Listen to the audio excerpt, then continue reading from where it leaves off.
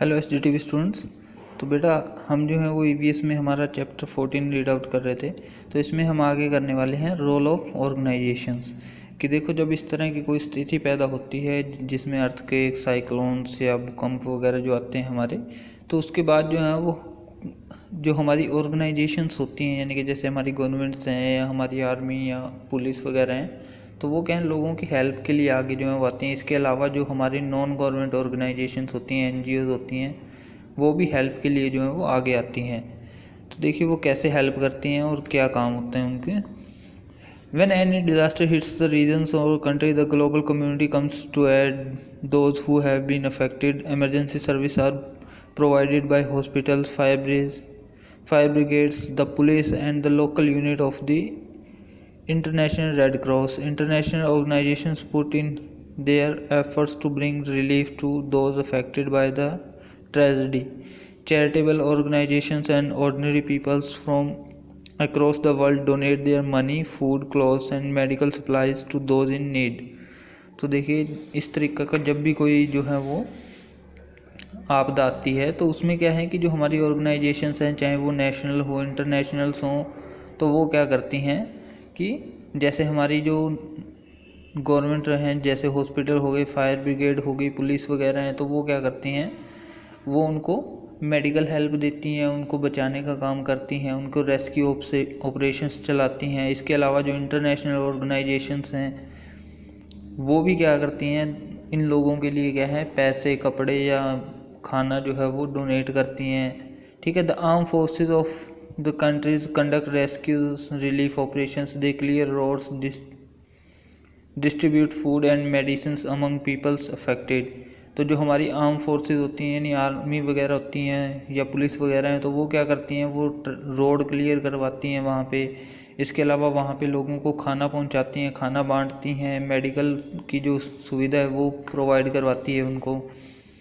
इसके अलावा जो नॉन गवर्नमेंट जो हमारी ऑर्गेनाइजेशंस होती हैं वो भी क्या हैं, इसमें जो हैं वो सपोर्ट करती हैं। तो हमारी कुछ एक नॉन गवर्नमेंट ऑर्गेनाइजेशंस जो हैं वो इंटरनेशनल ऑर्गेनाइजेशंस हैं, जैसे कि यूनिसेफ है, वाइड है, WHO है, ऑक्सफैम है, UNDP है जो हमारी। ठीक है। तो यूनिसेफ है, United Nation International children's emergency fund. इसी प्रकार से वाइड जो है वो है volunteers for India development and empowerment. WHO है, वर्ल्ड हेल्थ ऑर्गेनाइजेशंस। ऑक्सफैम है हमारी, the Oxford community for famine relief.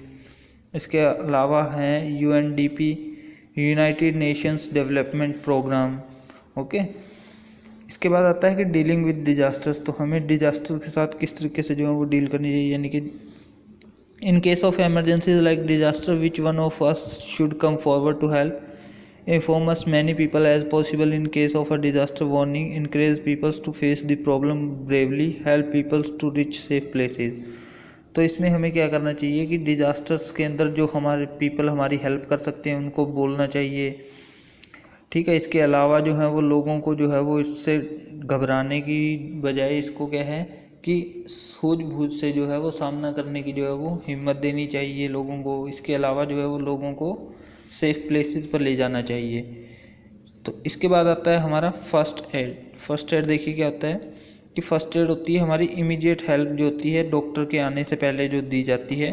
The immediate medical help given to an victim before proper medical aid comes is called first aid. तो first aid होती है कि किसी भी जख्मी व्यक्ति को या कोई भी जो घायल व्यक्ति है उसको जो है वो प्रॉपर मेडिकल हेल्प आने से पहले जो हमारी मेडिकल हेल्प दी जाती है वो फर्स्ट एड कहलाती है।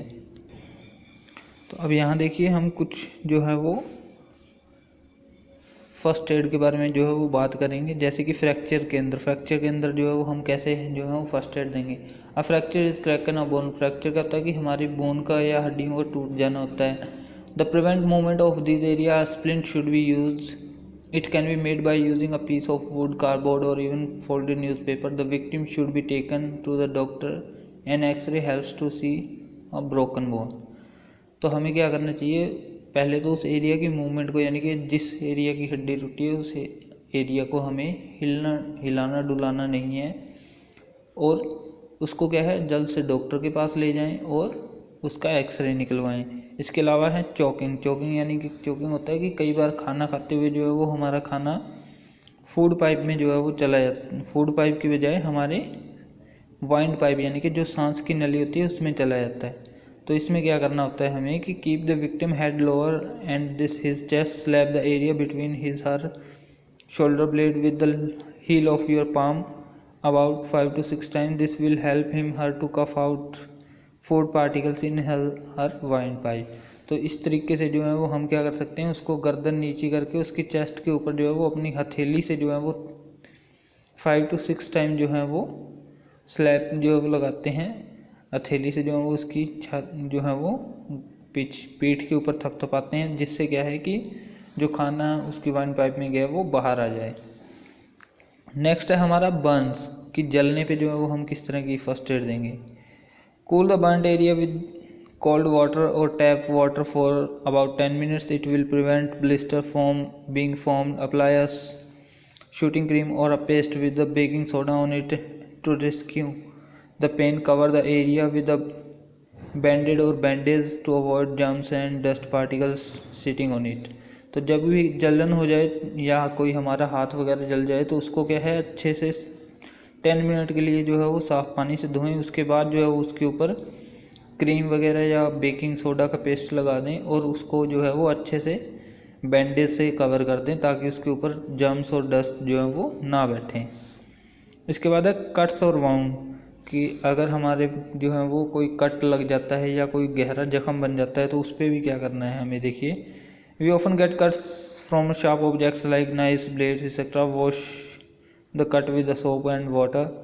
Apply an antiseptic lotion like Dettol on it. Cover the wound with a clean bandage. In case of a deep cut, take the patient to a doctor. A stitches may be required. तो जब भी कोई cut वगैरह लग जाए तो उसको अच्छे से पहले साफ़ पानी से धो, फिर उसके ऊपर एंटीसेप्टिक लगा के बैंडेज बांध दो। और अगर जो हमारा कट है वो ज़्यादा गहरा है तो उसको जो है वो तुरंत डॉक्टर के पास ले जाएं। इसके बाद आता है हमारा ब्लीडिंग फ्रॉम नोज़ और माउथ, कि अगर हमारे माउथ या नोज़ में से जो है वो खून आने लगता है तब हम क्या करें। In case of nose bleeding, make the victim sit on a chair with the head forward and pinch his nostril for a few seconds. Let him breathe through the mouth. In case of bleeding from the mouth, tilt the head to the side from which the blood is flowing to prevent choking. Call for a doctor। तो देखिए, अगर नाक से जो है वो खून आ रहा है तो उसको जो है वो चेयर पे बिठा के उसके सिर को, गर्दन को आगे की तरफ रखने के लिए बोलिए और उसको बोलिए कि अपनी नोज़ को जो है वो दबा के रखे और मुंह से सांस ले।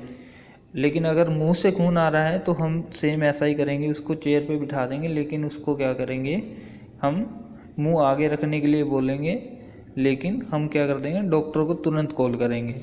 नेक्स्ट है हमारा फेंटिंग, कि अगर कोई मूर्छित हो जाता है यानी कि किसी को चक्कर वगैरह आ जाते हैं तो a person who has fainted should be lay down with his her head low so that more blood can reach his her brain. There should be no crowd around him her so that he she can breathe in fresh air. तो अगर ऐसा हो जाता है तो उसको जो है वो तुरंत ज़मीन के ऊपर लेटा दें और उसके जो है वो पाँव को थोड़ा ऊपर की ओर उठा लें, जिससे क्या है कि उसके हेड तक जो है वो ब्लड पहुंचाए, यानी उसके ब्रेन तक जो है वो ब्लड जा पाए, और उसको जो है वो खुले एरिया के अंदर लेटाएं, जिससे क्या है कि वो फ्रेश हवा के अंदर सांस ले सके। इसके बाद आता है हमारा स्प्रेन। तो देखिए, स्प्रेन अकर्स व्हेन मसल्स और joints receive an injury. Make a cold compress by wrapping some ice cubes into a towel. Apply it to the sprain. Apply an ointment on the area. Tie a crepe bandage around the sprain for spot.